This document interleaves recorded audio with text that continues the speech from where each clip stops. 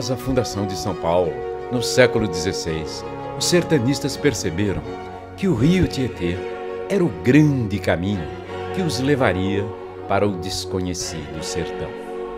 O Tietê corria do litoral para o interior, um marco para os descobrimentos. Porém, só depois das corredeiras e duas grandes cachoeiras, a de Santana de Parnaíba e o Salto de Itu, é que o rio se tornava navegável. Os bandeirantes, partindo de São Paulo, contornavam o Morro do Voturuma e, andando pelas trilhas indígenas, fundaram, em 1610, a vila de Itu.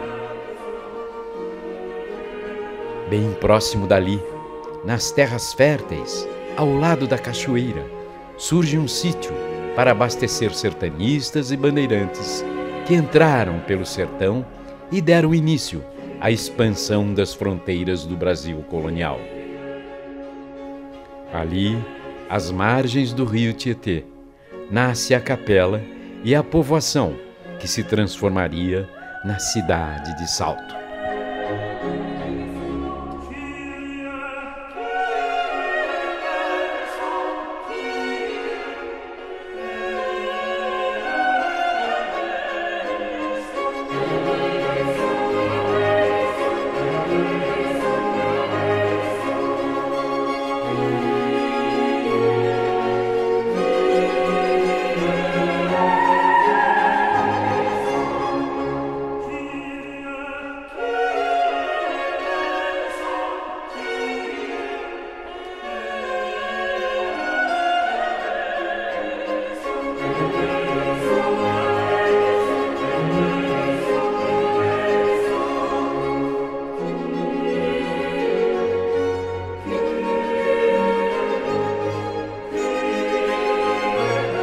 O Memorial do Rio Tietê é uma obra ao mesmo tempo feita para saltenses e para paulistas e brasileiros, eu poderia dizer. Desde o primeiro momento nós tivemos essa preocupação de que ela propiciasse um discurso inteligível, claro, didático sobre esse que é o grande rio dos paulistas, mas que é um dos grandes rios do Brasil, e que fosse para os brasileiros todos. Faltava aqui ao lado dessa cachoeira, que deu nome, deu origem à cidade, deu nome, inclusive, à cidade de Itu, faltava uma grande referência histórica que falasse sobre o que esse rio significou para inúmeras gerações ao longo da história brasileira. Essa é a razão de se ter construído o memorial. Um museu, um lugar onde, a par de se ter a paisagem física ali ao lado do Tietê, efetivamente passando, ouvir o ronco da água, pudéssemos dar uma aula a estudantes e adultos sobre o Tietê físico, o papel histórico que ele cumpriu, o papel cultural, a cultura que ele propiciou e um papel econômico que ele desempenhou e ainda desempenha para a economia de São Paulo e mesmo para a economia do Brasil. Então, ele é o maior museu existente sobre o rio Tietê e com essa preocupação. Ele fala do Tietê desde a nascente até a foz. É, portanto, um museu, é um lugar de reflexão e de estudo e de vida para os brasileiros. Assim, o que se buscou fazer, e acreditamos que tenhamos conseguido, foi criar um lugar de reflexão, de estudo e de contemplação para os brasileiros, para os paulistas e para todos os brasileiros. Um lugar para se falar do rio que para São Paulo é sagrado.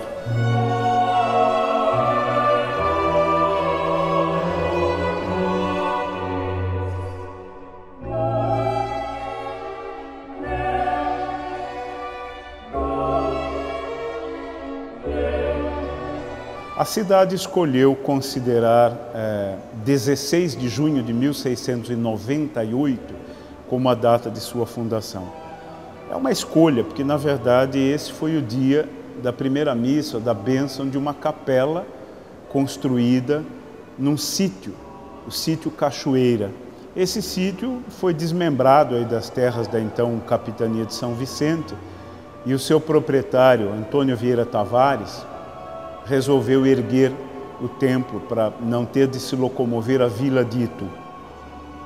Apesar dessa fundação, durante mais de 150 anos, aquele lugar permaneceu sonolento. Um sítio, uma capela, meia dúzia de casas de lavradores. Era, portanto, um bairro rural da vila de Itu.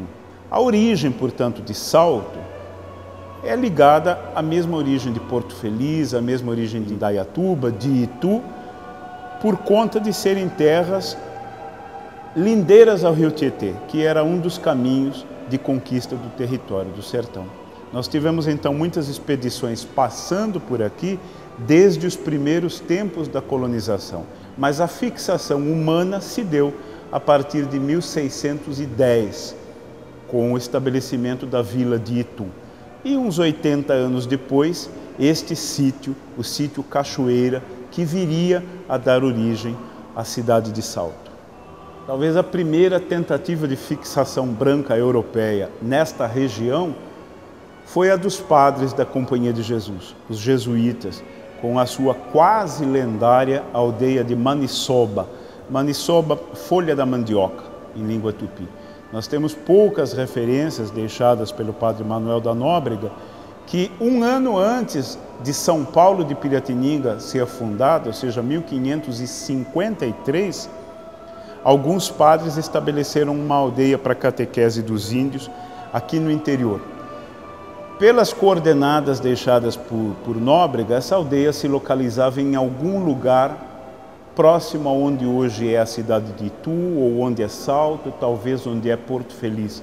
Mas fica esse registro, que a primeira presença humana foi a dos jesuítas aqui, nos arredores do rio Tietê, nesta região. Se nós formos dar uma mirada sobre os vários séculos da presença humana naquilo que hoje é o território de Salto, seria necessário fixarmos alguns momentos, alguns diferentes momentos dessa presença.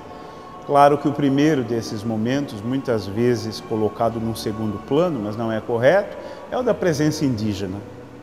Até porque depois ela se mescla com um segundo momento, que é o do primeiro povoador branco, aquela figura do sertanista que se fixa aqui na região, inclusive o fundador da cidade, tendo esse perfil.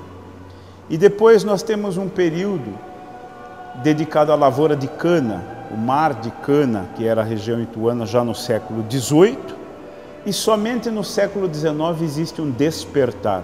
Esse despertar com a chegada da ferrovia e das primeiras tecelagens. Aí entra em cena um outro elemento humano, que é o do imigrante e do operário. Esse imigrante radicado inicialmente nos cafezais, na lavoura, e que depois vem para as tecelagens da cidade e que transforma por completo o pequeno lugar numa cidade, por assim dizer. E aí entramos no século XX, no século XXI. Portanto, há um momento da presença indígena, há um momento dos primeiros moradores brancos europeus, o paulista, sertanista, e mais tarde, com o florescer da agricultura e, por consequência, da indústria, a chegada do imigrante europeu, notadamente o italiano.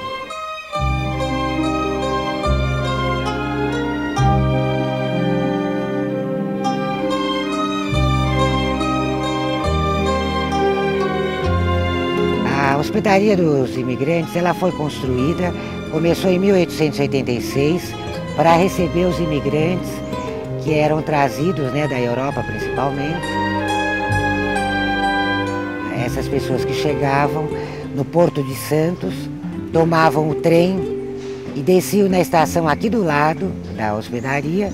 Aqui eles tinham serviço médico, eles eram registrados, tinha dormitório, refeitório, igreja. Ficavam aqui nesse prédio, até serem conduzidos para as fazendas de café, para substituir a mão de obra escrava. O imigrante tem um papel muito importante na construção da nossa identidade. A gente fala que não existe nenhum paulista que não seja descendente de um imigrante. Então o museu, ele pode mostrar, com essa informação histórica, o papel do imigrante na construção das sociedades modernas.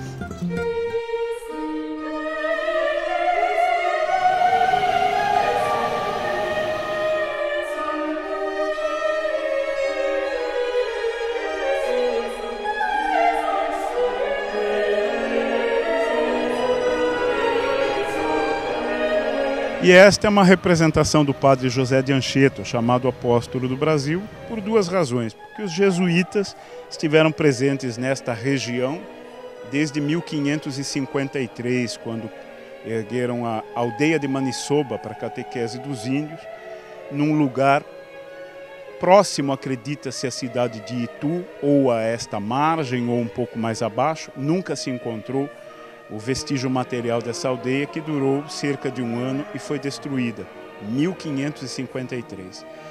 Mais tarde, em 1568, José de Anchieta passou por aqui como intérprete de uma expedição que descia para o sertão e deixou registros das suas aventuras, da sua presença nessa região. É, portanto, lembrando a importância do papel jesuítico nos primeiros tempos da capitania de São Vicente, da província de São Paulo.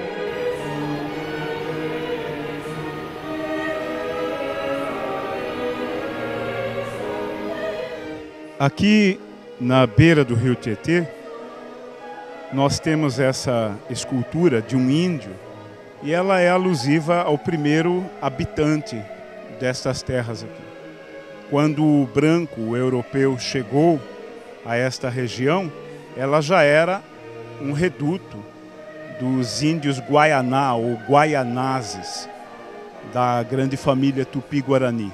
Mais exatamente aqui onde hoje está a cidade de Salto, nessa margem direita do Tietê, se localizava uma grande aldeia dos Guaianazes. Essa aldeia era chamada de Paranaítu. Paranaítu.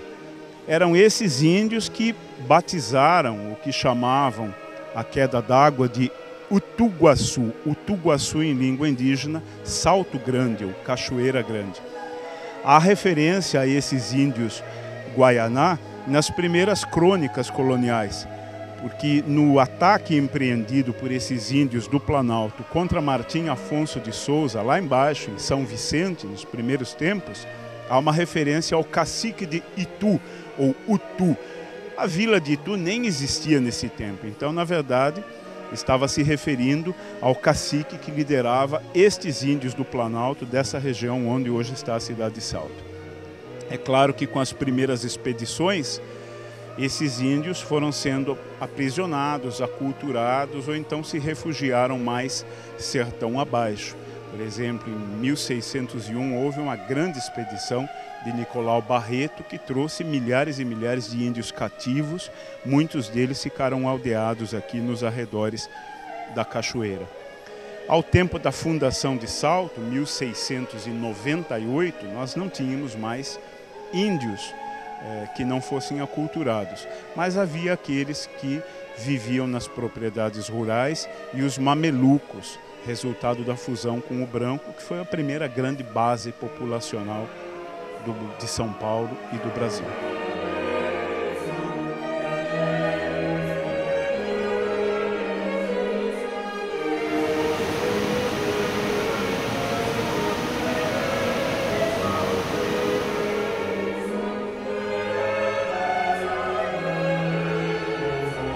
Esta outra escultura colocada aqui à margem do Tietê retrata um sertanista, um bandeirante de São Paulo.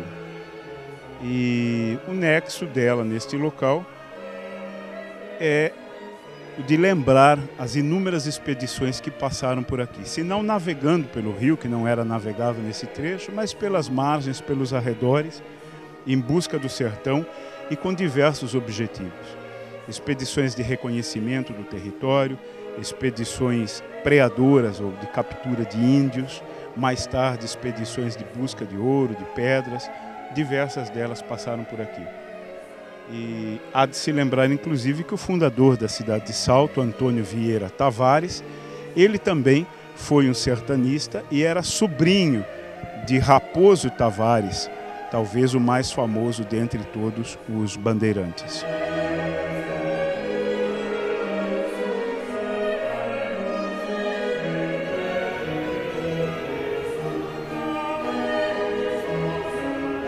Aqui nós temos uma representação idealizada de um daqueles viajantes europeus do século XIX, do começo do século XIX, que percorria o interior do Brasil, fazendo desenhos, fazendo observações sobre a natureza, fauna, flora.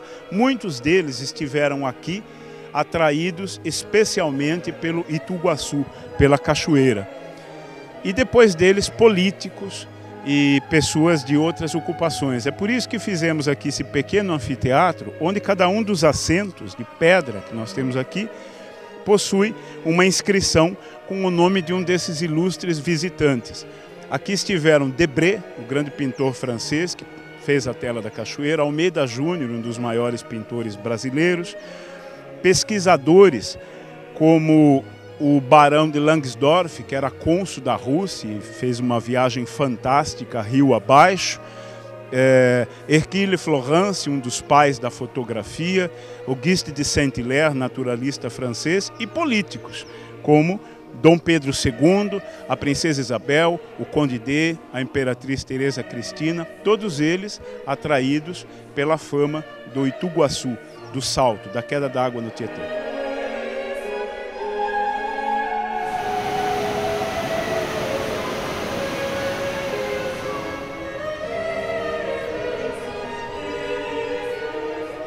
Já essa peça aqui, ela acaba se reportando a um período de alegria, de beleza poética e, ao mesmo tempo, a um período de perda. A pesca nessas águas aqui, durante muito tempo, foi um complemento da renda familiar, da economia das famílias daquela pequena cidade. E ela marcava um jeito de viver, em comunhão, de intimidade com o povo da pequena cidade e com os seus rios. Isso tudo se perdeu. Esse trecho do Tietê logo abaixo da cachoeira é muito famoso desde séculos passados pelo acúmulo de peixes de grande porte, atraía pescadores de muito longe. Tudo isso foi embora, obviamente, com a chegada da poluição e só muito lentamente agora está havendo uma recuperação da vida na margem do rio e no leito do rio.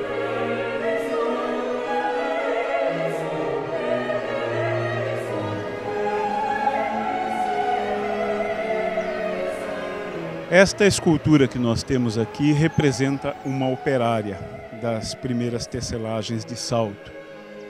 E ela é muito grata, essa imagem, a inúmeras famílias na cidade, porque a grande maioria dessas pessoas de hoje, dessas famílias de hoje, tiveram uma mãe, um pai, um avô, uma bisavó, batendo tear, como se dizia, dentro dessas muralhas que nós vemos aqui ao lado, o prédio da antiga Brasital, que foi resultado da fusão das primeiras tecelagens ainda do Império.